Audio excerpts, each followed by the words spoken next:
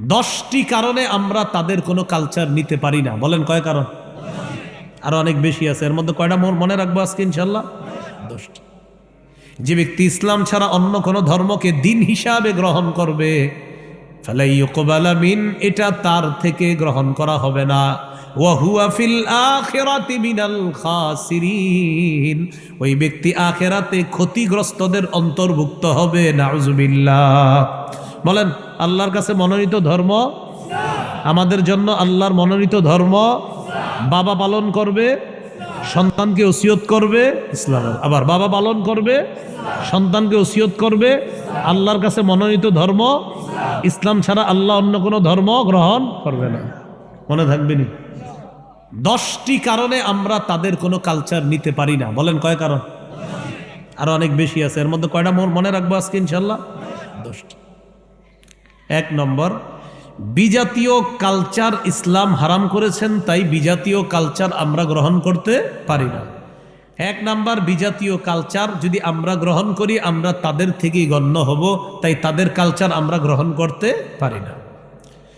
আবু দাউদ শরীফের 4031 নম্বর হাদিসের বর্ণনা, ক্বালা রাসূলুল্লাহ সাল্লাল্লাহু আলাইহি ওয়াসাল্লাম, মান তাশাব্বাহা বিকওমিন ফাহুয়া মিনহুম।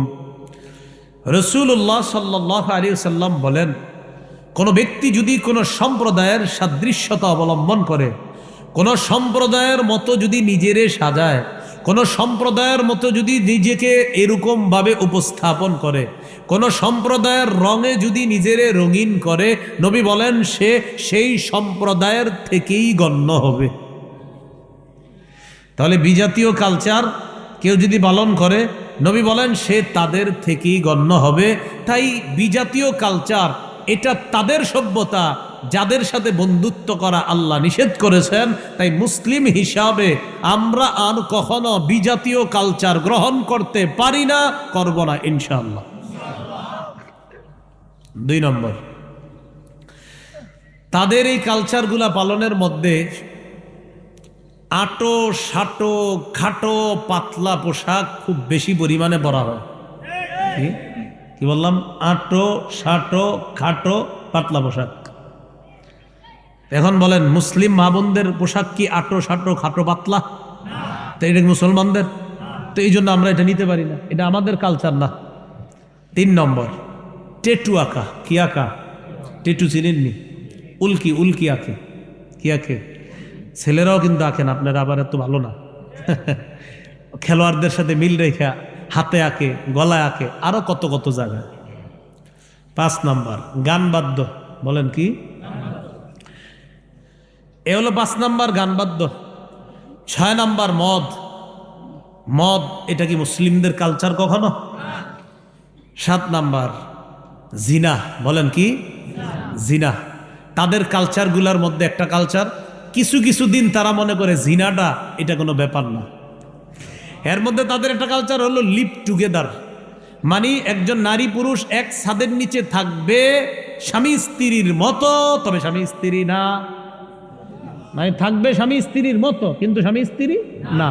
আর তাদেরকে জিজ্ঞাসা করলে বলবে আমরা দুজনের সম্মতিতে এখানে আসি, আমাদের মাঝে যা হচ্ছে সম্মতিতে, এটা কোনো অন্যায় না। তারা বলবে যে আমরা we are enjoying our life, জীবনটা উপভোগ করছি, ইটস আওয়ার ফ্রিডম, এটা আমাদের স্বাধীনতা।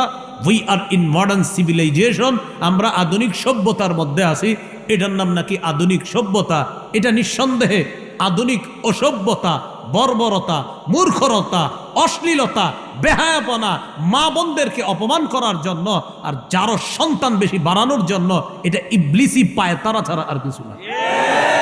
এটার নাম দিছে যে দুজনের সম্মতিতে কিছু হওয়া, এটা নাকি নাউজুবিল্লাহ, এটা কোনো সমস্যা না। 8 নাম্বার, সময়ের অপচয়। বলেন কিসের অপচয়? সময়। যতগুলা সময় অপচয় করতেছেন, আল্লাহর আদালতে দাঁড়ানোর জন্য তৈরি থাকেন। তিরমিজির বর্ণনা, 5 প্রশ্ন করার আগে আদম সন্তানের 2 পা কিয়ামতের মাঠে নড়বে না। প্রথম 2টা জীবন আর যৌবন, কিভাবে, কোথায়, কোন কাজে, কোন সময় কাটাইছো, জবাব দাও। সময়ের অপচয় হয়নি? হয়। 9 নাম্বার, অর্থের অপচয়। বলেন কিসের অপচয়? যারা হারাম সম্পর্কে আছেন আপনি তার পিছনে যত অর্থ খরচ করতেছেন সব অপচয়। হারাম সম্পর্কে যারা আছেন, আবার বলছি, কোনো মেয়ের সাথে আপনি অবৈধ সম্পর্কে আছেন, তার সাথে 1 টাকা ফোনে কথা বলছেন, এটাও হারাম। তার পিছনে আপনি 10 টাকা খরচ করছেন, এটাও হারাম। তার সাথে আপনি রিকশায় ঘুরেছেন, এটাও হারাম। তাকে নিয়ে কোথাও ঘুরতে গিয়েছেন, এটা অর্থের অপচয়, হারাম। আল্লাহর আদালতে দাঁড়ানোর জন্য তৈরি থাকেন, আপনি এগুলার সব কিছুর হিসাব আল্লাহর কাছে দিতে হবে।